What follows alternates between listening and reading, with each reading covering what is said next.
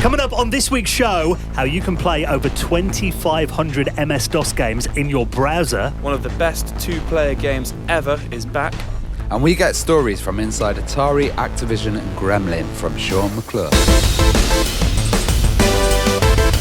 Hello and welcome to the Retro Hour podcast, episode number 197, your weekly dose of retro gaming and technology news with me, Dan Wood. Me, Ravi Abbott. And me, Joe Parks. And welcome to our first show of November. What are you looking at me for? I thought you were going to play a sound effect. Is it too early for this? It's far too early. Alan Partridge. But you know what it's not too early for? What? For me, you and Ravi to start cramming in all the revision we can get for the Christmas quiz. Wait a minute. So we're doing a Christmas quiz, but Dan has never actually been like a quiz participant. He's been never a quiz participated. master. He's always been quiz master. So maybe I won't be the worst this time. Well, who I wouldn't get too optimistic. Well, hopefully me and Ravi won't lose. Because you're not on the same team this time. We're not on the same team this time. We've been separated. I feel like I've lost a limb. I've lost my brother. Oh, you can have him back if you want. Oh, it's okay. Well, I don't know, actually. I kind of want to just see if we can redeem ourselves. So, well, this is the Retro Hour annual Christmas super quiz. Now, something we've done, this would be, what, our third or fourth year of doing this now? Yeah, so if you want to listen back, you know, you've got a couple of super quizzes where you can go through the questions and prepare yourself for this year. Now, this is going to be a quiz with a bit of a twist, as you mentioned then. Usually I set the questions, and in the past we've had Ravi and Joe being on one team, the Retro Hour team. Unfortunately, lost about 3 times now. yeah, we've never won. We don't rep the podcast well. Chuck E. Cheese, that's what I'm saying. Paul Drury and Ollie Wilmot, they're on the other team. But this year, we thought we'd swap things up a little bit to kind of give everyone a fighting chance. And they're going to set the questions this time round. Now, I must admit, like you guys said then, this is the first year that I've actually been a contestant on the quiz. And Ollie's a bit of a quizmaster, isn't he? Literally a quizmaster. Literally a quizmaster. So these could be tough ones, guys. Now, I've got a feeling it might be because he actually does a monthly retro gaming quiz here in Nottingham. If you want to go along, actually, I'll put a link in our show notes to his Facebook page. We're going to go along and check out one of these before he hosts a quiz. I feel like we should go in disguise. I just wondered if you had any advice for me if I was going to do a retro gaming podcast at Christmas. Yeah. Tweak your fake beard. I think we should go along and kind of see what kind of questions they're going to be setting. Because I've got a feeling this might be a bit brutal. I don't know whether they're going to kind of play it nice or whether they're going to kind of just really want to show us what they're making. Well, we also do a best-of show as well. Yeah. So we kind of just look at the highlights for the years. And it's good because if you guys want to look back at a few episodes that we really pick out ourselves, and then you can go back and check the episodes in the back catalogue. And it's an easy show for us because we're normally drunk that week anyway. So This is very true. Yeah, so we are getting into that time of year now. Welcome to our first show of November. Things not winding down for the party season just yet, though, because we've actually got a really good guest this week. Now, we're going to be joined by Shaun McClure. Now, he's got some amazing stories from his time inside Atari, worked for them briefly, Activision he was at too, Gremlin, Infogrames. He had a really interesting history. And I think this is actually the first podcast he's ever actually done an audio interview with. And he did a really good text interview with Arcade Attack a couple of years ago. First time he's been on the phone and actually done a chat on a podcast. Awesome. So this is going to be really good. And I've got to give a big thank you to Kieran Hawkin, who arranged this interview for us, and also, he's been really helpful with the podcast as well. Lard's Lair on YouTube. Yeah, Lard's Lair on YouTube, and also, he writes for Retro Gamer magazine, and he's got a new book that I think should be out this weekend, all about the Atari. Now, this is about. It's a really good book, a compendium of Atari 8-bit games. So, if you love systems like the Atari 400 and the 800, he's got some great interviews in there as well, and he's covering some of the best games on this system. So if you want to get hold of this, I'll put a link to the link on Amazon. Like with all of Kieran's books, he does these for passion, so they're really affordable books. And now we're talking about this time of year. We'll make a nice little stocking filler, maybe for yourself. So big thanks to Kieran for the help on this interview, and I'll put a link to his new book in our show notes at theretrohour.com. Now, before we get into our guests this week, it's time to roll out the red carpet and give a big thank you to the people who've allowed us to get through another year of doing the Retro Hour podcast. Now, nearly at the end of our 4th year of doing this show, almost to episode 200 that's coming up very soon as well. And that is really thanks to you guys. Now, every week on the show, We call it a little tip jar, because essentially that's what it is. If you like what we do, for the cost of a cup of coffee or a secondhand game or anything you want to donate, it all goes back into the running of this podcast and will allow us to keep going into 2020. And all you have to do, if you'd like to make a little donation and find yourself in the Retro Hour Hall of Fame, is nip onto our website at theretrohour.com, click on the supporters tab there. You can donate via PayPal or direct from your app on your phone, PayPal at theretrohour.com. And for doing that, we'll show you a bit of love on the show. Just like this week, Vince Hart, Andre Bloomkamp, Gary Heather, Simon Buckner. who all made donations into the running of the show. And you can do the same at theretrohour.com, and we will try and mince your name as well. And we do try our best to pronounce more correctly. Doesn't always happen. But. Sometimes there's got to be about 3 or 4 takes. But we do appreciate it all the same. I'm sure some people just write down names just to catch us out some weeks. Yeah, I mean, I've done that a few times. So. I would. Now, before we get into our guests this week, some good stories to talk about on this week's show. MS-DOS games. Now, I've actually been messing around with my old... I've got a 486 PC. It's the one I did the video on. Probably about 6 months ago now. If you haven't seen this video, I filmed it, because you were around my house today, Ravi, when we're recording this. And my kitchen, you could say it's quite... The feminine touch is quite strong in my kitchen, you could say. I love your flowery wallpaper. You mean your whole house? Well, what do you... It's 50-50, I think. I think I've got the balance about Well, right. the thing is, I'm missing the ladies' touch, and Dan's got too much of it. Always been my problem, that, yeah. But, I mean, I did a video of my 486 on the kitchen table with my wife's Kath Kidson tablecloth on there, her flowery wallpaper that only covers one wall. And literally, probably about 80% of the comments in that video were like, do you live with your grandma? It was all about that. But I've took the PC back into my office, around all my manly stuff and all that. Yeah. Been playing on manly beige wallpaper. Yeah, and a bit of wood grain as well. It's kind of getting in there now as well. Musky smell when you walk in that room, I've been in there non-stop sweating It for usually days. smells of Raid. The Right. insect repellent. That's when you go in there. because I'm like you, I'm terrified of spiders. And this time of year, isn't it? Yeah, it is. Oh, God. Joe was around my house a few months ago, and I spotted a spider in my bathroom. Now, it's fair to say I'm scared of spiders. Joe's more scared of spiders. I'm terrified You of spiders. wimps, mate. I'm not afraid to say this. I got Dan's wife to take me to the toilet and check the toilet first. Get for me. a cat. They just eat the spiders. But anyway, back to the subject Anyway. of 486 PCs. MS-DOS games. Now, for me, growing up as an Amiga gamer, and like you, looking at MS-DOS games, it was always a bit like kind of Bizarro World, like kind of seeing how the other half kind It of was lived. weird because... Why did you find it weird looking at better games? Oh, it was weird because there's kind of a really long period of MS-DOS games. When you get it starts with like the CGA games and the EGA, really early ones. And then you get into like Tomb Raider was a DOS game. Yeah. And even the 3D stuff was kind of DOS titles. And I only really realised this when I started using DOSBox, the emulator. And I'm like, oh, God, that was an actual DOS game. And you really don't think about it, if you were running Windows on top of this. Yeah, I've got stuff like, Lion King game that, to me is a Mega Drive game, but, it's a really good version on MS-DOS, actually. Well, if you do harken back to those days, because, MS-DOS is an interesting period because, like you said then, it really started in kind of the 8-bit era, then went through the 32-bit era. A lot of these games were on the DOS platform. And you did see the evolution there going from the PC built-in beeper speaker and those 16-colour screens. Sound card support. Yeah. Remember that auto-detect in MS-DOS that you had to do on the sound cards? IRQ conflicts and all that, did love those days. So if you want to relive all those glory days of DMA conflicts and everything, without all the hassle actually, you can now play over 2,500 free MS-DOS games directly in your browser. And of course, this is thanks to our good friends at archive.org. Yeah, they're absolutely fabulous. These browser games are great because kind of you're at work and you can just minimise your browser when you've got them on. You don't need a big emulator I don't know what on earth you're on about, Ravi. Well, there's some really good stuff they've got on here. They've got, a game we were talking about last week, actually. We're talking about Halloween. Alone in the Dark is on here. Oh, yeah. You can play that in your browser. That's crazy. They've also got, stuff like Punisher, if you're a fan of that game. The Punisher, that was a really big game. If you love Skyrim or Oblivion, A they've lot got of point-and-clicks as well, I guess, yeah. the old Elder Scrolls games are on there as well. Redguard from 1998. They actually go quite into the late 90s. Yeah. A lot of these games have got on there. I never imagined that you'd be able to just play these games in a web browser at work. It's crazy, It still isn't blows it? my Yeah. mind. And the thing about archive.org is, I think they're a bit more protected than your typical kind of emulation website, being like essentially an online museum. Well, we've had Jason Scott Yeah. on the podcast, and he's talked about their kind of legal team and how Yeah. powerful they are at kind of protecting themselves. You know, these guys put out Nintendo ROMs online to play for free.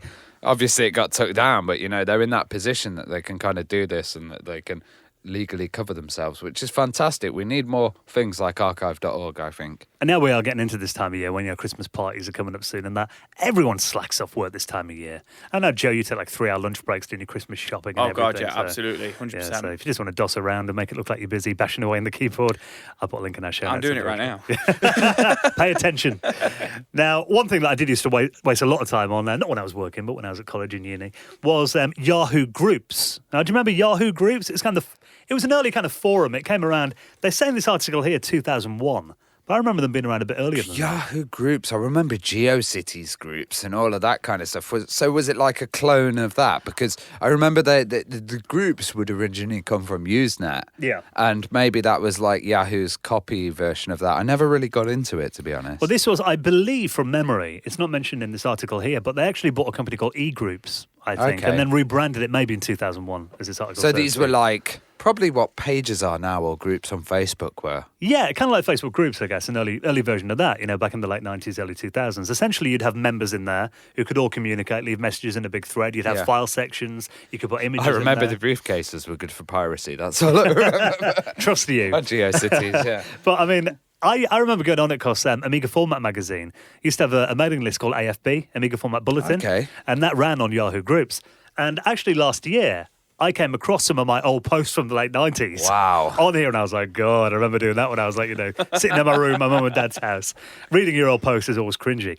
But it turns out my old posts are not going to be online for much longer because Yahoo is finally closing down its group's website and deleting all the content.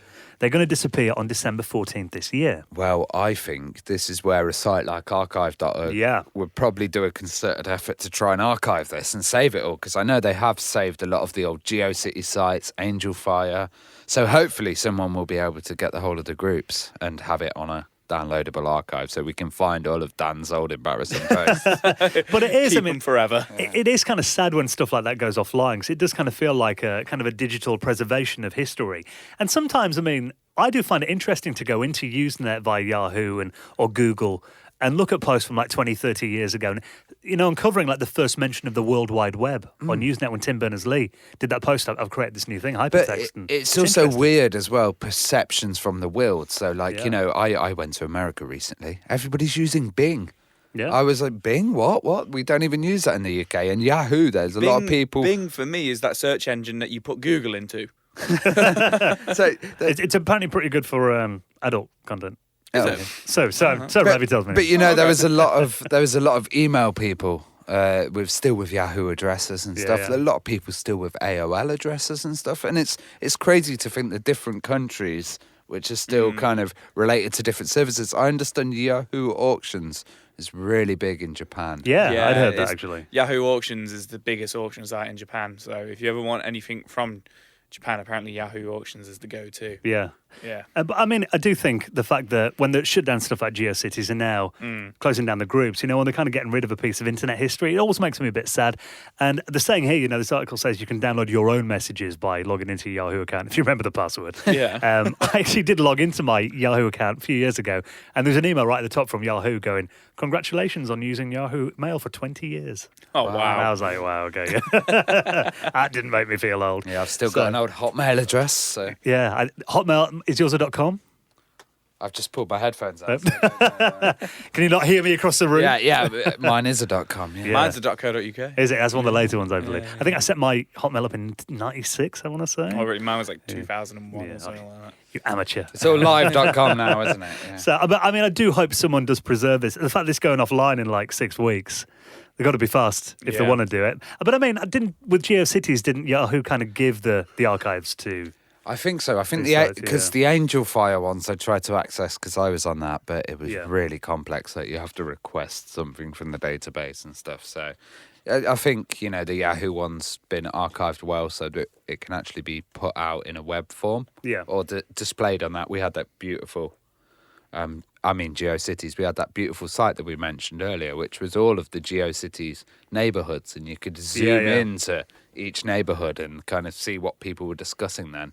And this is like, it's digital archaeology, really, isn't it? Yeah, Because, yeah. I mean, this stuff, I think, in future generations, like 100, 200 years, the fact that we're just getting rid of all this stuff does feel a bit wrong. It's kind of like burning old books from years ago. That people Well, aren't we've gonna be- moved so quickly in the kind of internet and technology. You know, all this conversation is going to be lost. Yeah. Hopefully the Retro Hour website will never be deleted after us. No, I archive it, mate. Backup master. And if you're listening to this in the year 3000 or something, then hope you're enjoying it. Yeah. Leave a donation. Will affect us Is anyway. Amiga still going? Our great grandkids will appreciate it. Now, speaking of something good from back in the day, you love this music. Oh, yeah. Top game. Bobble. All right? One of my favourite two-player games ever. Yeah. I was actually playing this with my little 6-year-old nephew, Harry. And he never played it before. He absolutely loved it. Oh, really? Yeah. It is a game. Since I went in the arcades, me and my brother as kids, even though it was an old game then, we were in the arcades in the 90s, it was a game that we'd always rush to. It came out in 1986, Bobble. Obviously, had stuff like Rainbow Islands after, Parasol Stars as well. Well, now there is another Bobble game coming, and it's going to be an exclusive to the Nintendo Switch. Now, this is Bobble 4. Essentially, it's an HD upgrade of Bobble, but they are going to be having some of the original levels in here as well. Oh, cool. Wow, this is cool. I like that. They've actually got the original maps and it's like firing up like they used to. It looks bloody beautiful as well. I'm just having a look at this now. I'm flooding back with memories here. Playing this with my uncle and his NES in the early 90s. It's got new music though. You know what? Ooh. You know, this is going to open it up as well to multiplayer gaming, online Yeah, that kind of would be great. gaming. Yeah, So, yeah. you know, four-player co-op. That would be good. And there is just something about these games. I mean, again, by the looks of it, the actual gameplay mechanic hasn't really changed all that much from the original game, but it's a timeless gameplay mechanic. You don't want to mess with that too much. And this is the thing, like you say, it's timeless and it's that Yeah. addictive gameplay as well. Just put one more coin in. Obviously, it's going to be on the Switch and stuff. I can imagine just being kind of stuck on it in bed at night, just still playing it, going, one more game. 4 in the morning. Yeah. Let's get to work in the morning. If they have the really slick controls like the arcade original, that would be wicked. Yeah. Yeah. I really hope they can. And when's this do due that. out? 19th of November. Yeah, so only a couple of So a weeks couple of away. weeks from Gonna be now, a so- physical release as well on the Yeah, Switch. so good Christmas digital. game there. There you go. That's why you need a Switch. Yeah, this is why I need a Switch. But again, I mean, everyone in the comment thread here on Nintendo Live is saying day one purchase. And again, that's another one for me. I mean, when we're getting this time of year, when you're going to have a bit of time off work, hopefully, this is a perfect game to sit down with the family as well. yeah. But maybe you're a little bit too addicted to video games. Maybe you ought to check into the NHS Video Game Addiction Recovery Clinic.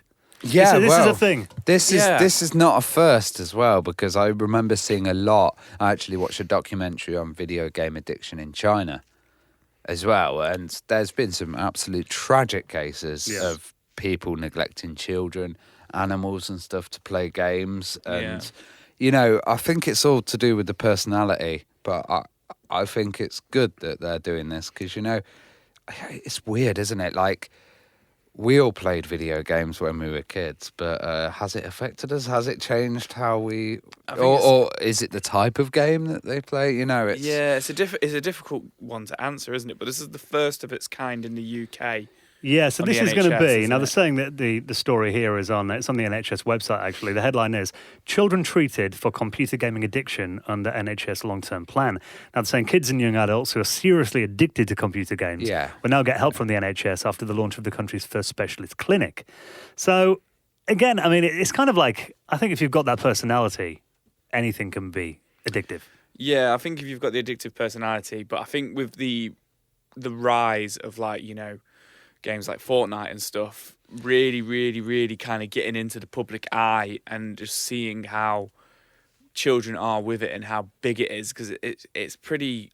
I think with the multiplayer stuff, it seems to be peer pressure. And the thing is, like, fair dues, you could sit and play a game of Civilization by yourself Yeah. a long time ago. But now it's like you have clans, you have pressure, and you have a kind of duty to join your clan, and you must perform as much as it's that. Kind of and like it's strange. that kind of bringing it back to the addiction kind of thing. It's kind of like that peer pressure of like when we were at school, it's like, oh, you don't smoke, or have a cigarette, it's cool and stuff. But now I can imagine it's very like, oh my god, you don't play Fortnite, you've not got a PlayStation 4 and Fortnite, and I couldn't imagine what it would be like. I remember when mobile phones first came in at school. And before mobile phones, it was weird, totally strange. And now I can imagine all this online gaming and stuff. It could be really odd for a kid, and especially if they have problems anyway, then you know it's just going to add to them, not help. Well, in a way, I guess if you have got, it's kind of escapism as well, though, isn't it? You know, if you are having, but that can really help people as well. You know, but they're kind of quite into gambling problem. That's what they're saying here. It's serious problems. I think that's the real kind of thing. They're not going to get some kid that's just playing Minecraft a couple of times a day. Right, you're going in the clinic, but some kid, put him in the hole. Some kid that's getting really aggressive or that's neglecting their work or neglecting life. I think Dan hit the nail on the head there. You know, comparing it to gambling, really, that's probably the closest. Yeah, the closest I could think of. Kind of behaviour. But you know what? I don't have any time to play video games anymore, guys. Now that we talk about and yet you're on a retro game podcast. You know, I do remember this being an issue there for a long time. I remember reading something on.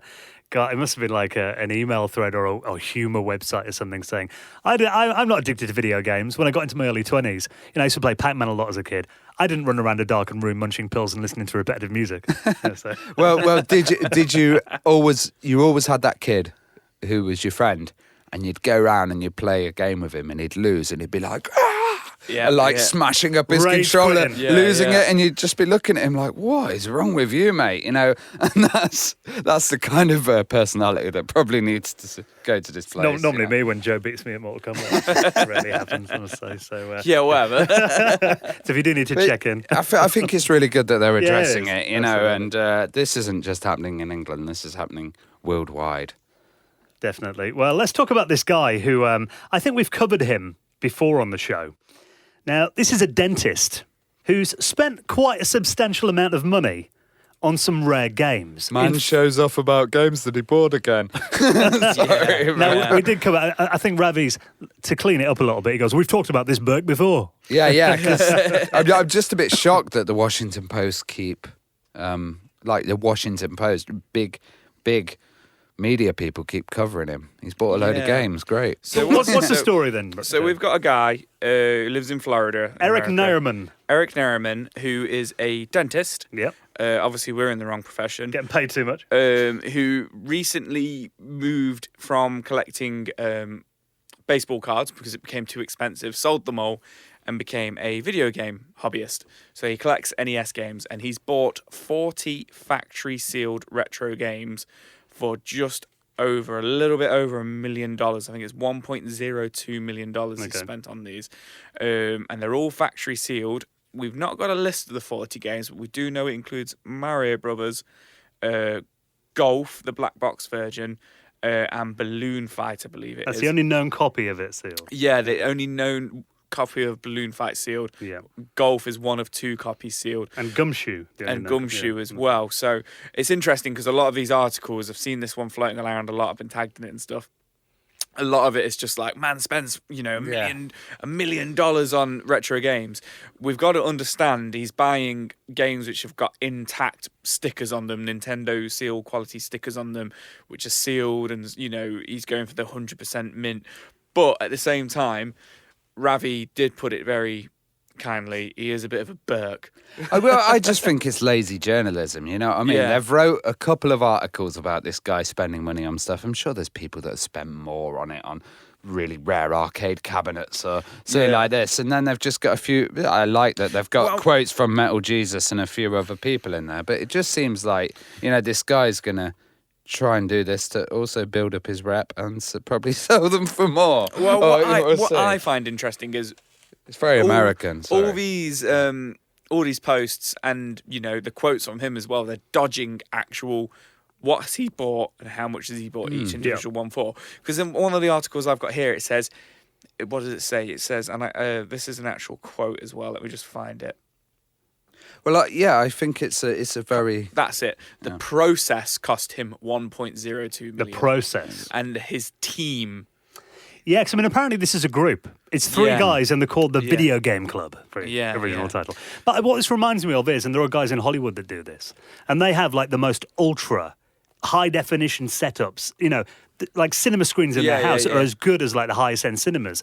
Billionaires, millionaires, and actually the movie studios will deliver the latest movies straight. They buy them, for tens of thousands of dollars to get one-off screening in their house, and they're delivered on secure hard disks, like a cinema essentially. So these are like, absolute premium collectors. Yeah. And this kind of reminds me kind of the video game version of that, really. Yeah. Well, there's yeah. also guys in Japan that buy up huge Americana stuff. So they get that all sent over. And then you've got guys in America buying huge Japanese titles and stuff like Yeah. this. So I feel like, touching on both of those points, this guy is part of this group. Probably all three of them are, doctors or dentists or stuff. They probably own their own practices. So they've got this kind of money behind them. And like you say, they're going through a process where they're spending money on tracking these games down. And then, it's not like, oh, we found them on eBay and we're buying sealed Mario Bros for $100,000, because you don't genuinely see these games go for that much when they're sealed and they're 10 out of 10 quality. You see them go for a couple of thousand, but I think a lot of the money's been injected to the fact that they're going out there and they're looking for these games. Well, there's this collecting culture in America as well, and I don't know if it's because we don't have that much space that we can't afford these big places. Or money anymore. Or money, money. But basically, when I went to America, people have huge warehouses full of this stuff. It's really like and it would be one person, and they could have massive collections. There's also these older people who sometimes own these toy shops and stuff in the 80s and 90s, and then they closed down, and they've still got this stock, in their bloody shop somewhere that they still actually own. That's what LGR do with it. Yeah, LGR did it. Yeah, exactly. Where in Europe, you get a lot of people saying, "Oh, you're hoarding. Stop being a hoarder." But in America, they're really into having lots of that stuff. Thing, so yeah. There's some good quotes in here as well. Different culture. John Hancock, he's a Seattle-based collector. Does a lot on YouTube. Oh, works with Metal Jesus Rock. You're more on John Hancock. Yeah. He's talking about the fact that 15 to 20 years after a console comes out, the people who grew up collecting it originally get their first real jobs, they get a bit of disposable income, and then they want to start collecting. And apparently you've already seen the value of stuff like PlayStation 2 and Wii games start to rise. Oh, yeah, Wii U's the next big one, isn't it? You'll get that cheap. There you go. If you want to be rich in the future, keep that copy of Wii Sports. I've just recently refurbished my games room, and I've got this nice, big, lovely unit, and I've put all my GameCube games in it, all my PS2 games, and all my Xbox games, original Xbox. And I was saying to my wife, isn't it hilarious that my GameCube collection is worth, this much, but my PS2 collection, which is actually, 150 games or something like that now. And I was like, the majority of them are worth a couple of quid. And then actually, it's interesting because it's like, actually, in about 10 years' time, will they be worth more than that? I don't know. That's a question, isn't it? Because obviously they made more of them, probably. Yeah, they did make a lot more. But also interest with the system. So if you think like, you're collecting something really rare, the Atari Jaguar or whatever, people really going to buy that stuff in the future? Like, who knows? Is there going to be a new generation that go, oh, I want Jaguar games? Like, no one knows. That's the thing. I guess when the people that care about it have either got it or not interested in it anymore, will the next generation that are coming through? I guess it's when you hit peak time. You've got to realise. I do agree, because if you go back 15 years, we were all looking at Mega Drive games and SNES games and finding them for £1 or £2. Yeah. I'm currently finding PS2 games and Wii games for £1 or £2. So when's that going to happen? This guy'd be good if he spent all his money. It's worth like 20 quid. And funny. Has he bought it at peak? And that's kind of the question you can never answer. That is why because you never know. I don't buy games for investment; just buy them for fun. Yeah. So if you want to read about that and everything else we've talked about in this week's show, you don't have to Google them. We put it all in our show notes at theretrohour.com. Now, before we get into our chat with Shaun McClure, I just want to mention something really worthwhile that I think is actually going to be happening this weekend. It's around now, but we'll put a link in our show notes as well, and you can check out the exact date. Now, this is a really good charity event called Small Heroes. Now, the idea behind this is to show positive ways that gaming can affect those passionate about the people who need it most. We talked about the addiction before. This is the opposite side of it. This is people who are playing games to help out the most vulnerable people in our society, talking about kids with cancer.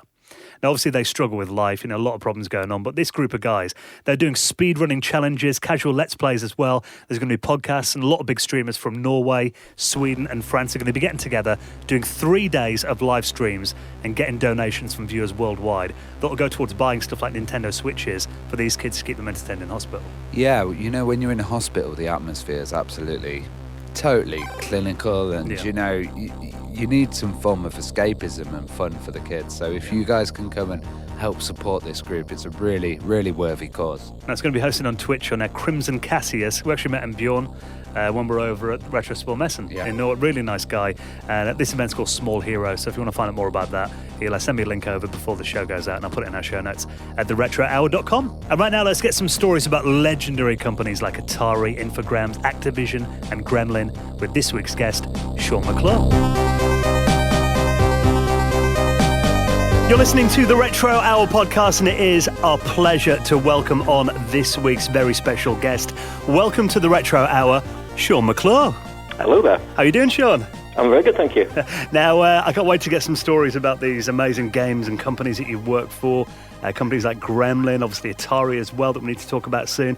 But I mean, kind of going back to day one, I mean, do you remember what kind of first got you into video games when you first saw them? Yeah, I mean, I used to design board games originally, and I didn't know games like, like desktop gaming with little miniatures existed. So I started off by just designing my own rules for little toy soldiers and that sort of thing. Right.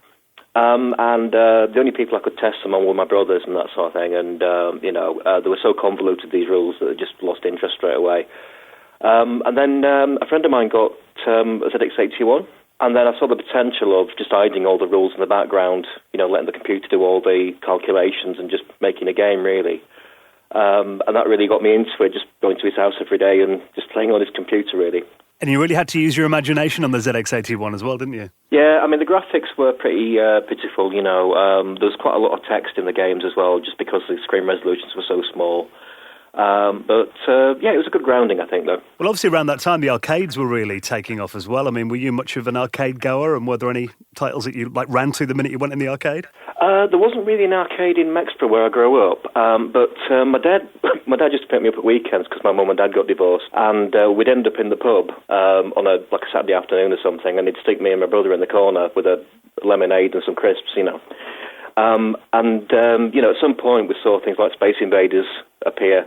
So I think that's probably the first a proper arcade game I played, just because it was in the pubs around about the time, just about then, And Space Invaders, I mean, it was a real atmospheric game as well, wasn't it, when it just sped up and then you got that kind of heartbeat sound effect as well. That must have been quite, dramatic, I guess, as a kid seeing that. Yeah, I think so. I mean, I found out later that it sped up just because the graphics on the screen got less and less and less. The processor was so poor, it wasn't a design feature, it just sped up because of that, which is quite interesting. But it was quite cool to play. Well, what was the first system that you got at home yourself? It wasn't really a system. It was one of those Binatone. I think they called them a TV game.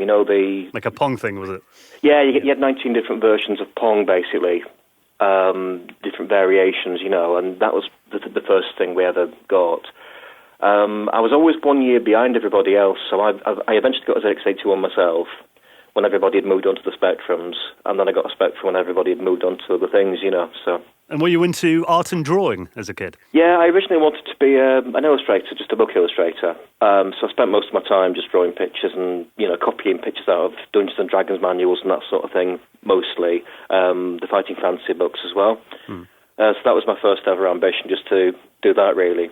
Well, how did you get started doing graphics on a computer then? What techniques were you using? And was that on the Spectrum when you started doing them, really? It was, yeah. What happened was there was three of us that were friends, and I was the youngest one, so I was like the junior member, And the guy that got the ZX81 before I did is a guy called Ian Smith, and he had an older friend called Andrew, and they were always, because they were neighbours and I lived a bit further away, they were always hatching projects on the computer, and I was never really involved, I tried to be, but I was like the junior member of the gang, And then, fortunately, I think they did a few games in BASIC and it didn't really work, they didn't really get anywhere with them, and they realised that they needed to learn machine code. But Andrew discovered girls and beer around about this time. And Distraction. So he sort of dropped out more, he sort of, did teenager things. And so, and because I could draw better than Ian, basically, he sort of said, "Hey, guess what? You're part of the gang now, and you can do the graphics instead of Andrew." I was like, "All right." So by default, really. I mean, we'd been sort of typing in games from Sinclair programs and that sort of thing for years, and that's how we learned how to code in BASIC, like a lot of people. The listings that you had were always faulty, so you had to correct them, and that's how you learned how to debug and code yourself. Yeah. And so we knew how to do things like they were called user-defined graphics, where you could type in the binary codes, the values, and make your own graphics. I think you had about 26 characters or something like that on the Spectrum. So what we did was when Ian was learning how to code in Z8TA, and I didn't have any art package. So what I literally had to do was I got some graph paper, redrew the squares into 8x8s, sketched a picture, coloured all the squares in, and this is a really good way to actually get around the attribute clash as well, because you can plan it really well. But then I had to work out the square, the values for each row, and wrote them into little lines and gave them to Ian, and he typed them in manually, and that's how we did the first graphics. But I eventually got hold of a thing called Melbourne Draw, which I found out later was most people in the industry sort of use that. It was very difficult to learn, but it was very, very good. So that's how I started, really. The first game we did was... Ian was really, really into adventure games, and things like sprites were they were a bit too advanced for him, I think. We basically designed a game called Excalibur Sword of Kings, which it got published by Alternative in the end. But that's how I got into it. That's how my career started, basically. And how old were you when that game got published then? I was quite young. I think I was about 17, something like that. Yeah. I mean, do you remember seeing that in the shops for the first time? That must have been quite a buzz. Yeah, we didn't even get a free copy from Alternative, And I remember it was a bit of an anticlimax, really, because I went along to Doncaster, which was the nearest big town, and we found a copy, and we bought one each, me and Ian. And I brought it back, and I've been telling my parents that I got a game. I don't think they believed me, to be quite honest. I don't think they really knew what a computer game was. And they certainly weren't interested, But I bought it and I showed them, and they were like, "Oh, yeah, right, wow." I was like, "No, I've done it and stuff." But my name wasn't on the cover, so I had to get the Spectrum downstairs, plug it into the TV set, and loaded it up, and so they could see my name on the credits on the first screen, on the loading screen. But you can imagine, they didn't even know what a computer game was. They certainly didn't know what an adventure game was. They just sat there and just went, "Right, what's it do then?" And it's, "Well, you type in words." And I went, "All right, then, well, let's put telly back on now then, Sean, So did your parents ever, kind of understand what you were doing then? Or was it kind of, did they want you to do something else? Or did they kind of support you in the end then when they realised it was like a passion? No, it was... basically, if you spent all your time in the bedroom, they were trying to get you to play outside all the time. I should be playing out with the other kids. Yeah. That sort of thing. And I kept saying, "I'm not playing, I'm working, I am actually working." And they didn't believe me. They didn't know you could work on a computer. It was just something to make games on, play games on. I think when it really hit home was when I started to freelance. I sent a load of demo tapes out and stuff, Spectrum cassettes, to a lot of people. And there was a couple of companies, 2 or 3 companies, D&H Games, they made a lot of football games. They were a big one. And I sent them a demo, and they said, "Oh, right, so how much do you charge then?" And I said something like £10 for a black and white screen and £20 for a colour screen or something like that. And they replied with, "Well, it's a bit too cheap, actually. It should be charging about 30 quid for a colour screen. We don't do black and white, but it's 30 quid for a colour screen, Very honest of them. Yeah, I thought it was really nice, and they sent me... I think they actually sent me cash. They sent me 60 quid in cash in an envelope and said, "Can you do these 2 screens for us?" So I came in from school. It was at a 6th form college, I think, actually, at the time. And I opened this envelope and money fell out. And, they were amazed. I said, "Well, I told you I've been working, I've been doing this stuff." And they just didn't realise until they saw money actually fall out of an envelope one day, Well, was Wise Owl Software your first full-time graphics job? Yeah, I saw this article about this computer firm in a place called Wath, which was about sort of 3 miles away. I just got the number from Director of Inquiries and gave them a call, and they said, "Can you come through and bring some stuff with you?" So I got the afternoon off school. I just didn't go back because I came home at lunchtime and got the letter. With the details on, Anyway, long story short, so I went through straight away, I got the next bus through, and showed them some stuff, and they basically offered me a job on the spot. And what was it like to work there then? It was very small. They weren't very good, to be honest, and I wasn't very good. I was good at drawing still screens, but I couldn't animate or anything like that. But neither could they, it turned out. And it was only a small firm. There was about sort of 10 people working there. But we typically got a lot of ocean conversions to do. But so I got my name on quite a few big Ocean titles, but for really obscure machines like the Thomson machine, which is a French machine.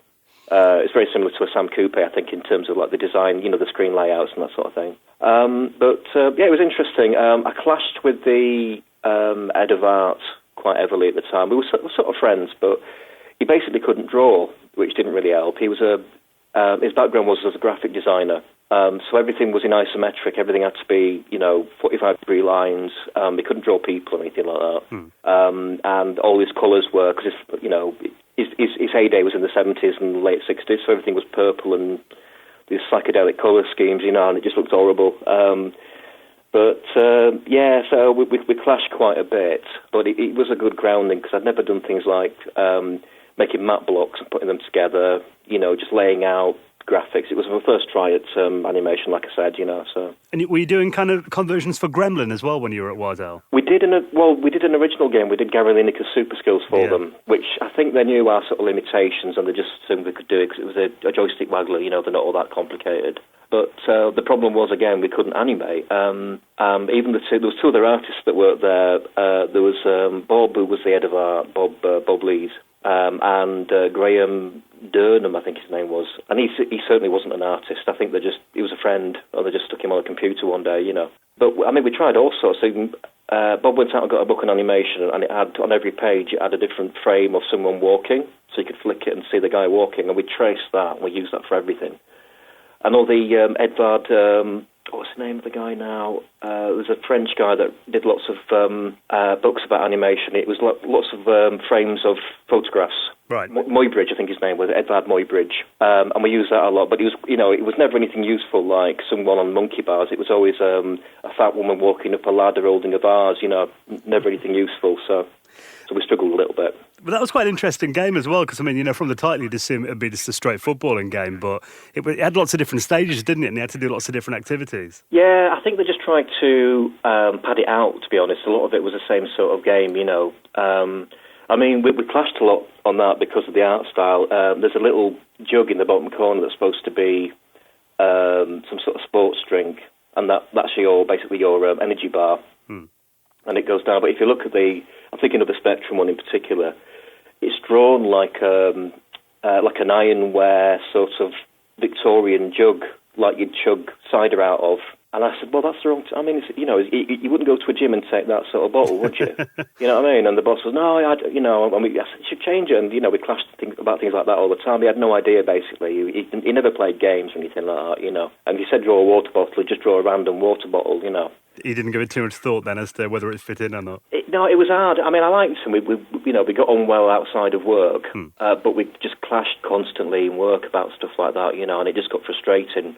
And I wasn't the best artist in the world at the time myself, and I was just learning things, But I was better than him though. but he had the technical background about how to actually make games, like do the back blocks and that sort of thing, which I didn't, So we sort of had to work together, but.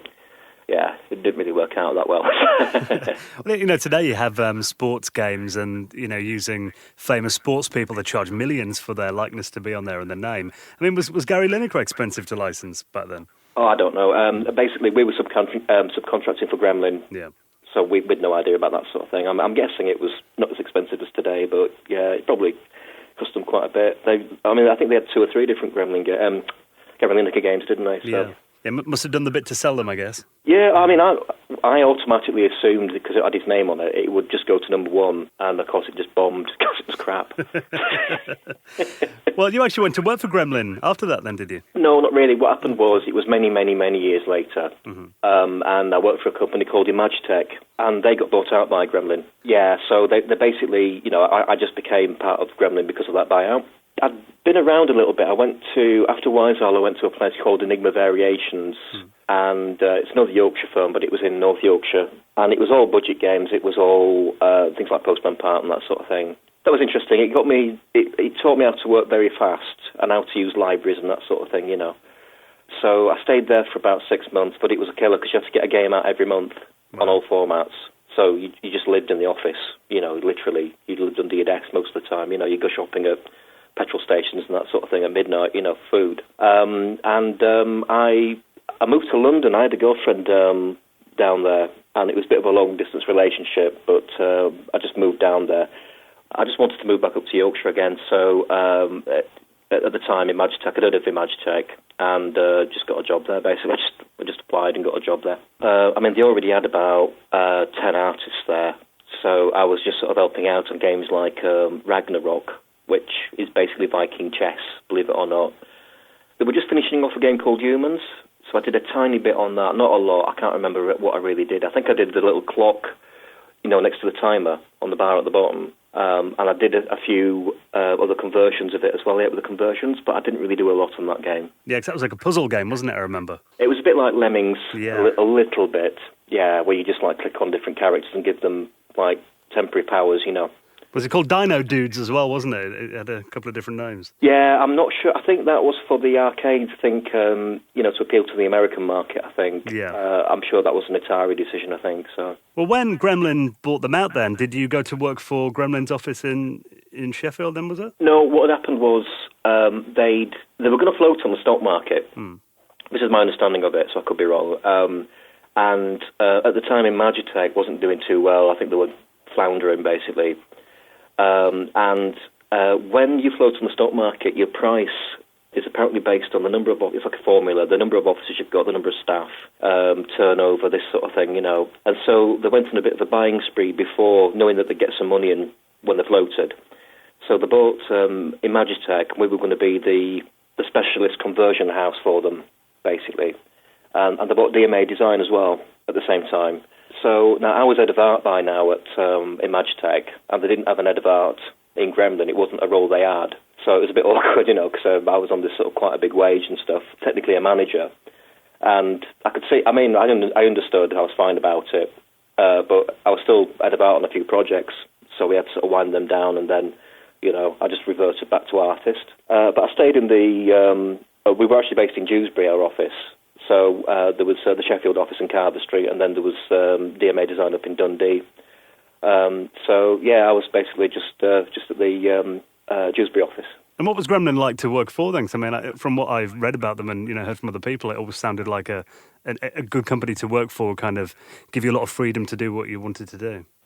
Yeah, I'm not sure what happened really. They seemed okay, but after a while the work was running out, and we were all a bit confused about it, and there were sort of various conspiracy theories that they were just trying to bore us to resign. I think they decided to let us have a bit of a head of steam and say, well, look, if you've got any games you want to do a proposal. You can work on like a demo in the office. And a few people got really enthused by it and did it, and it just, it just petered out. They weren't really interested, I don't think. But, we sort of felt a lot of the time. I think they did try to integrate us, but we always felt like the poor cousin, We always felt like we were getting all the crappy jobs because we were a conversion house. And there was a tiny, I wouldn't say conflict, but, there was a bit of abrasiveness from both sides, I think, because it was weird suddenly being brought out by a firm and you get people above you that you didn't have before, They did try to, they had little, socials for us, where sent some managers to get drunk with us and that sort of thing, but it always seemed a bit sort of artificial, and they'd always say a few snidey things here and there, which just pissed everybody off, This is my take on it. I could be wrong. You had to be there at the time, I guess, I think it got a bit weird as well because just round about this time, Atari were looking to, well, it wasn't even Atari, it was Infogrames. Yeah. They were looking to, because it turns out that the stock market in France was a lot more friendly to computer games than in England. So they got a bigger share price themselves, and they were on the lookout to buy people out. I think they bought Ocean at the same time, didn't they? But they bought Gremlin, and it just got, we had some strange people walking around all the time, people that I recognised from Ocean and stuff like that, and, I suspected something was going to happen, so it didn't really help, so we had all that uncertainty going on, It always seemed like, that happened quite a bit in especially the late 80s and 90s, these just companies buying out other companies like every few months, and the whole industry just kind of sounded a bit confused around that time, I guess. Yeah, I could never figure it out, because you'd buy them out and then close them. And why? Why buy them then? Was it just to get rid of competition? I could never figure it out. You're not using any of their IPs or anything like that. So, I'm not a finance guy. I'm sure there was some good reason behind it. But, yeah, it was a confusing time, yeah. Yeah, you're right there. It does seem odd that, they go to all this effort of buying them out, but now you don't see like Ocean or Gremlin or Psygnosis, these massive companies from the past. The names just kind of vanish when they get bought. Yeah, and plus, they wanted a bit of credibility, so they changed the name to Atari as well. Yeah. And then, so they didn't. They even got rid of themselves in a way, didn't they? I mean, technically, you worked for Atari then briefly. It was about 2 months. So, yeah, it was dead funny because I think I'd worked in the space of 3 or 4 months, I'd worked for like 3 or 4 different companies, and I've not even changed my desk, So is this after the Tramiels had Atari then, is it? Yeah, they just basically bought the name, because they wanted, obviously, which I think they're trying to sell themselves in America, and everybody knows Atari, but it had nothing to do with the original regime. It was just, they literally just bought the name. What were some of your highlights that you remember from your time at Gremlin then? Well, I worked on Actual Soccer, the Club Edition version, and I worked on all the Premier Manager versions as well, the console ones. Yeah, there's quite a bit going on in terms of, I worked on Reloaded as well, but that was conversion more than anything. In fact, all of them were, except for the Premier Manager, that was an original title. But it was using the Actual Soccer engine just to do the highlights, From an artist's point of view, you basically just get told, it's more a case of, it's not all that interesting. Once you get past Amiga, it's just a matter of, it's just pixel art, but you get more banks of colour. So when I mean banks of colour, what I mean is, let's say you've got 256 colours in a palette. We normally split them into banks of 16, so you get the transparent at 0, and the next 15, that's a bank of one colour. So, you get different amounts depending on which machine you're working on, really. So that's all you needed to know, really. Because we went in, there wasn't any 3D about, there was, but we didn't really use it much. It was more, we used it only really to draw over if we were rotating anything about. And what tools were you using then? Were you on like D-Paint, obviously on the Amiga? What about when you're doing stuff on like SNES and Mega Drive? Yeah, well, ST to start with, I mean, everybody had like an ST and an Amiga on the desk. It was Art Studio on an ST, and it was D-Paint and D-Paint Anim on Amigas. After a while, obviously, I mean, we just stuck with that, really, all the way up to Photoshop. And would you do Super Nintendo and stuff on it as well? Yeah. Oh, cool. Yeah, it was still pixel art. The trouble with machines with low colour, when it's not true colour, is you've got to be incredibly controlling about where you put the pixels. You've got to sort of... you draw things almost like... when you see a map and they put those lines round profiles on hills? Yeah. To show height and that sort of thing. That's pretty much how you draw in pixel art. You have to be incredibly controlling about things so everything can look really neat. And then True Colour came around the corner and ruined it all. We all had to learn again, because everything had to look the exact opposite, because it looked pixelated otherwise, So it took a long time for everyone to learn, And did you have a preference for like the kind of games that you worked on? Like, did you prefer doing platformers or puzzle games? Did you have like any kind of preference? So long as it had lots of rust, I'm a typical artist. Anything with rusty metal in it and blood. In terms of games, I didn't. It's funny enough, the games I enjoy playing, I never get a chance to work on one myself, and it's always like real-time strategy games. Things like the original Dune 2000 and stuff like that, and Command and Conquer, or even turn-based games. I mean, those are the games I really enjoy playing. But I never got a chance to work on any of those.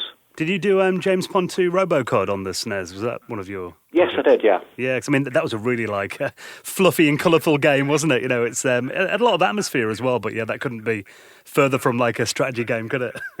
Oh, I know, yeah. I mean, I'm sort of proud of that because it, in terms of it being, not the game itself as such, but just fitting so much into it, because again, you've got limited amount of memory. I think we had to fit everything into, what a character is, right? It's an 8x8 block. So I think we had 256 characters to fit in all the animations, and of course he runs around in a full circle, doesn't he? And and it was an absolute nightmare to work out. I had to basically do lots of cheating where I offset characters, and I had to give the programmers. I just sat down for 3 weeks and drew the graphics, and then I just gave the programmer, this poor guy, Peter Hennig, who actually worked on the Spectrum years before.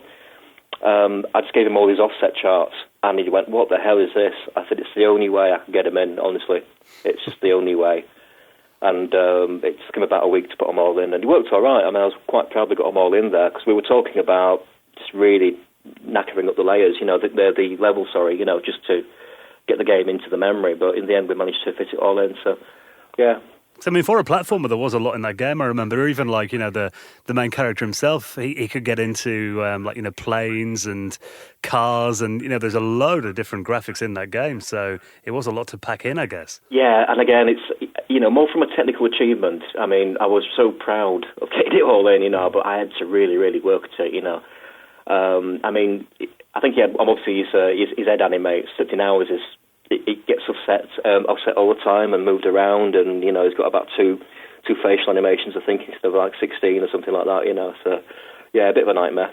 Did you ever kind of get told like specifically how much memory space you had for the graphics, and did you have to stick to it? Because I guess obviously a floppy disk or a cartridge, you've got a finite amount of space on them. Yeah, if it's not anything, basically the handheld machines, it was based around the number of characters you had on the screen at any one point, or for that level usually. So what you need to do is you fit all the animations into like one part of that character set, and the rest were like level graphics or special effects, with explosions, that sort of thing. So that was a lot easier in a lot of ways, because you knew exactly where you stood. You had a certain square on screen you had to fill, and that was it. When it came to, because it didn't matter what you drew on them, it took up the same amount of memory, even if it was a blank screen, right? So that was fine. When it came to consoles and that sort of thing, typically you would just draw things, and then right at the end, the programmers would come over and say, actually, could you cut these down by a few frames? We've got a few problems here. So, yeah, towards the end, that's where people, you get the memory escapes and that sort of thing, and everyone would be panicking. I mean, after the SNES and the Mega Drive, came the next generation of consoles, and that really started with the Atari Jaguar. That was an early fifth-generation system. You worked on the Jaguar, you did a few titles on it. What did you think of it as a system? I think the way they marketed it was completely wrong. And I've been on record as saying this, and I've got nothing against, what's his name, the Llama guy, Jeff Minter. But if you're going to market a machine as a next-gen machine, you don't get Jeff Minter involved to do the games, do you? I mean, his claim to... I mean, I've met him, he's a nice guy, no problem with him at all on a personal level, but he's basically, his claim to fame is rejigging old arcade games and just changing the graphics and making them look different. It's like things like Defender and that sort of thing. It's not the sort of person you want to publicise a next-gen game. I think that confuses a lot of people. It's like, well, great, but, Tempest, I mean, it's a great game, but, why are you doing an old arcade game? You know what I mean? You should be doing something different, And later on, people picked up on it, so we had things like Predator and Alien vs. Predator and that sort of thing as well. So, yeah, I think it was marketed all wrong. They should have just got someone really, really cutting edge like Westwood maybe to do a few standout games for them.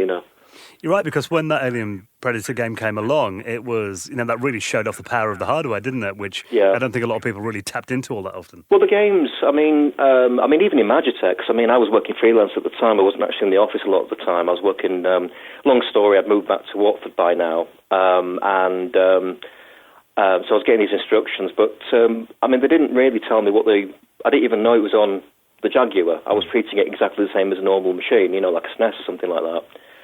And I think you can tell in a lot of ways, because it's just, it still looks old gen, a lot of the games that were coming out of Magitech. We were specialists at converting stuff, and again, what they needed was some cutting-edge titles, so I think even the Magitech was the wrong team to approach. I don't know if we were cheap or not, but I'm guessing we were just cheap, So, yeah, it's a shame, really, they had a lot of potential for that machine, but I think it excited the programmers more than the artists, though, again, because they get excited about CPU speeds and that sort of thing, don't they? So, you did the graphics for the Jag port of the Arcade Blaster Raiden, didn't you? And that was a great arcade game, and that conversion was fantastic, probably the best on the home system. But again, it was like, that was a late 80s shoot-'em-up game. It didn't really push that 64-bit hardware, I guess. Yeah, again, it's another old arcade game, isn't it? And you should be getting people like... what's it called? The guy that did Doom, American McGee, people like that involved with it, and not us. Well, you did actually the conversion of Tempest 2000 to the PC, didn't you? I did, yeah. Yeah. What was it like working on that game? Later on in life, there was a program called Debabbleizer, which came along, and I wish to God it had existed back then, because all I had to do really was we had a 2006 colour palette, and they gave me like a directory full of graphics from whichever machine it came from originally. and I had to get them all into one manually in D-Paint. I had to get them all into one palette, one shared palette, basically. This program called Debabbleizer would do it for you now. You just get the 10 screens and, click on Make Palette, and it would just create a palette for you. But I had to do it all manually back then, so that's all I did, really. I just touched things up. It was, I know it wasn't groundbreaking in terms of gameplay, but it was quite a fun game to play, I thought, that version of Tempest. Yeah, it played all right, all the games played okay, but again, they weren't really next-gen, Yeah. Bit of a shame, but, at the end of the day, you don't get a lot of choice over things. You just get, it's like working in any office, really. You just get thrown something, and you've got to make the best of it, so... Well, around that time after the Jaguar, stuff like the Saturn and the PlayStation came along, and it seemed like the whole industry, you really had to do 3D games at that point. That's what everyone wanted. How did that change affect you then when it all kind of went to 3D? Well, it was a big change. Imagitech, I think we had one copy of 3ds Max. So we only had one copy of 3ds Max, and we weren't encouraged to use it. The machines that we had at the time as well were very, very slow. So I think only one person really bothered with it, really, and we only really used it, like I said, if in the old days, if you're doing a game where, let's say, you've got a speedboat flying, you're behind the speedboat and it turns, it's quite hard to animate by hand, so we'd, render it, then draw over it. It'd get relegated to little jobs like that, and of course, by now, it's been like 2 or 3 years, and other people were doing 3D games all the time, so we were quite behind the curve on it, really badly. It didn't help that we had a big fallout with a lot of staff there at Imagitech, and a lot of them went off to Ocean. And so Martin Hooley, the boss, rather than just advertising and getting some people in, it's sort of, I didn't know if he did it on the cheap on purpose or if it was just, I don't know. But he went along to one of these art shows, end-of-year degree show things, and he basically hired about 8 people that were straight from college, or university rather.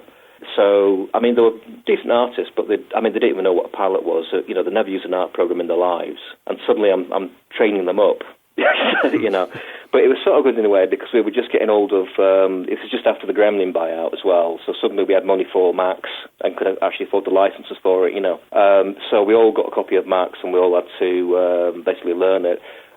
Before then, we were working on a game that never got published called Darknet, and we were using some Silicon Graphics machines. Yeah. But we only had 3 of those, and there were, you can imagine we'd not even used Max all that much, and suddenly we're using Silicon Graphics machines, which were a lot more expensive, but I don't know if we really needed them or not, They looked cool, though, didn't they? Yeah, it was funny because, shall I tell you the story? Yeah. Right, okay. So I'm going to use the word allegedly quite a lot, right? Right. So,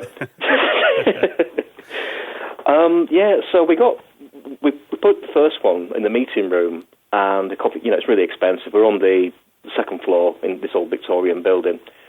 We put a CD in one time. There's me and the boss, Martin, and a couple of other guys trying to sort it out, trying to just get it to work, And we pressed eject on the little CD drive thing, put the CD in, closed it, and it made this horrible noise. It was like a grinding noise, and then we realised it wasn't a CD we put in. We put in one of the coasters by accident. We were, uh-oh. Because those machines weren't cheap, were they? They were very, very expensive. Yeah.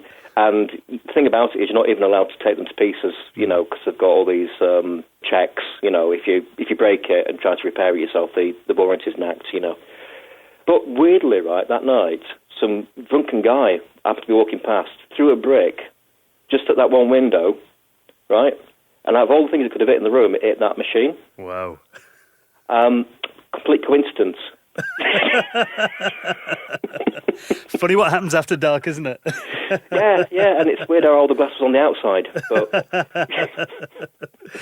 Well, looking at those games that you worked on then, you did work on an incredible range of games. Any that kind of stick out in your mind as like a favourite that you've had a hand in? It's mainly, I think so, yeah. It's mainly Spectrum games, I guess. Yeah. There was Double Dragon 3, and that was quite a good game. It was an arcade conversion. The Rosetta Stone, wasn't it, number 3? That's right, yeah. And it was, we had it easier than the other 2 versions because it was a multi-load. It was a 128 game, I think. Oh, wait a minute, no, you could play it on 48, but it was multi-load. Or you could load it in one go in 128, that was right, yeah. So, we had we didn't have to worry too much about the memory, especially on the graphics. So I didn't really have to mess about so much with using blocks. I could just literally just draw the backgrounds as one solid thing. And, we could just put those in without having to cut them down and stuff like that.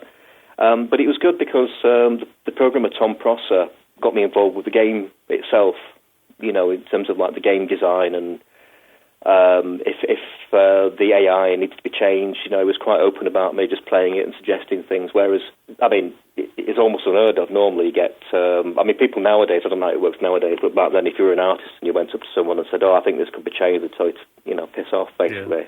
Yeah. So that was quite refreshing, really, Well, today, obviously, retro's suddenly come back. Have you kind of been shocked at the interest again in retro gaming over the last few years? I think it's the same as, it's not exactly nostalgia, I think, although it's connected, I think. But it's like the rise of board games again. I love modern games, I think they look brilliant, but I think that's the problem. I think they all look so brilliant now that people want a bit of a change. And I think with a lot of the stories now, you basically, it's a story, isn't it? It's a story arc, and you've got to be really into it for months. And, whereas I think the retro games, it's just something you can pick up and just play for 20 minutes, and not really, you don't have to buy into the entire backstory or anything like that, do you? Because there isn't one, really. Yeah, and a lot of modern games, like the tutorial or the training mode's 20 minutes long anyway, isn't it? I hate them, yeah. It's one of the reasons I tried to play a few games on Facebook. I hate the way that you get a medal for everything, literally. I think I played Dungeon Master, or is it Dungeon Keeper? Dungeon Keeper.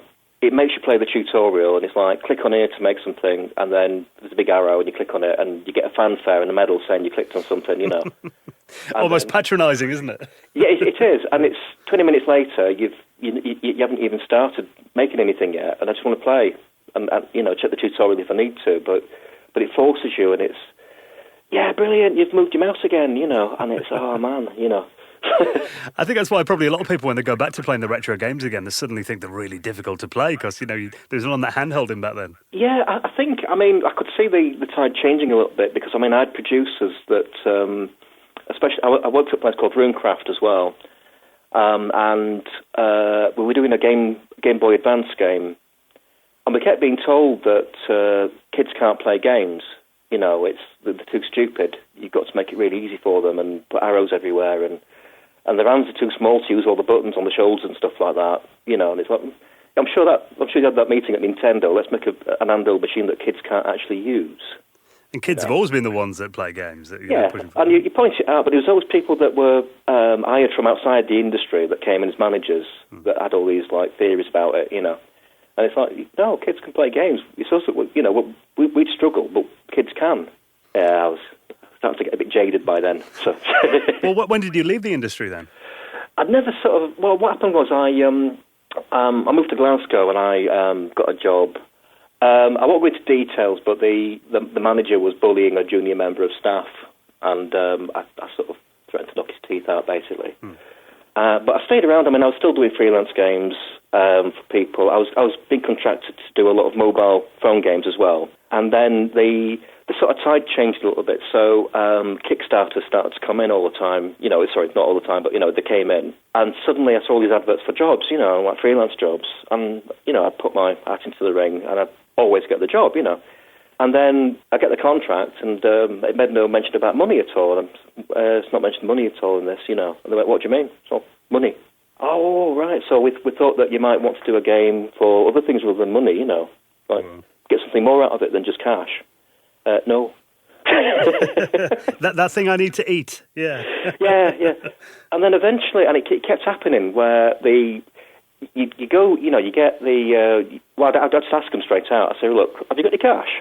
And they went, well, no, of course we haven't. We want you to work for free. Well, actually, that has happened, But when you say you've got cash, do you mean you've actually got cash, or do you mean you're going to do a Kickstarter?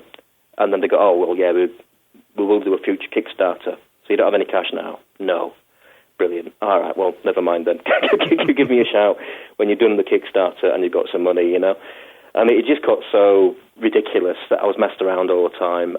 Now, I still sort of work on games, but it's mainly for friends that are still in the industry, so they've got their own little project on the side usually, and I still do that sort of thing every so often, but it's always, It's not a day-to-day thing. It's just like here and there, you know. Well, you started publishing books as well. I mean, you've done, is it 2 on the spectrum now you've done? Yeah, there's a third one as well, which is nearly complete. But I got sidetracked a little bit on a different book. Yeah, I did that. I did an autobiography about my time in the industry, which is the Rock and Roll Years book, and you get a bit of a fever, so you want to do more. And I looked on Amazon and other places, and nearly all the books about Spectrum games, it was basically Ant Attack and 50 others. It was always the same games. And I just thought it's a bit of a shame, innit? Because there's all these games out there that I never mentioned, even if they're really crap, they still need a mention, Yeah. And so I just thought, I wanted to do like a definitive guide, And I realised after a bit of research, there's just so many of them, so I've had to cut it into little sections. But they're all about 600, 700, 800 pages long, these books. And they've got, nearly 300 games in them, that sort of thing. The one thing that I managed to do as well, though, because I know a lot of people in the industry, is get interviews with people that made the games as well, which adds a bit of colour to it, I mean, writing a book as well, I imagine that's a big job. I mean, did you kind of know how much work it was going to be before you started doing the first one? It's always more, you don't realise. And I thought I could write. People do it the other way around normally, but I thought I could write. It turns out I'm rubbish. So, I do get better, but, there's a lot of people helping with the proofreading. I've got better over time about grammar and that sort of thing, but that was a major problem to begin with. I just realised I was, you have all these little pretensions, don't you, about your skills, and then just realise at some point that you're just rubbish. So. Well, your story that you wrote down was the video game development, the rock and roll years, as you mentioned. I mean, was it as rock and roll as we imagined it to be back then? Yes and no. It had all the bad parts, basically. So you had all the being skint, living under desks, that sort of thing, that sort of side to it. Not a lot of drugs and sex, I have to say. But everything else, yeah. And I didn't go touring either, so it's a bit badly named. Well, if people do want to check it out, I'll obviously put a link to your pages on Amazon in our show notes this week as well. And it is amazing how video games have now become the biggest entertainment medium in the world. It's grown out of those days. So it's been great getting your story, Sean. I really appreciate you coming on this week. Oh, my pleasure. Anytime.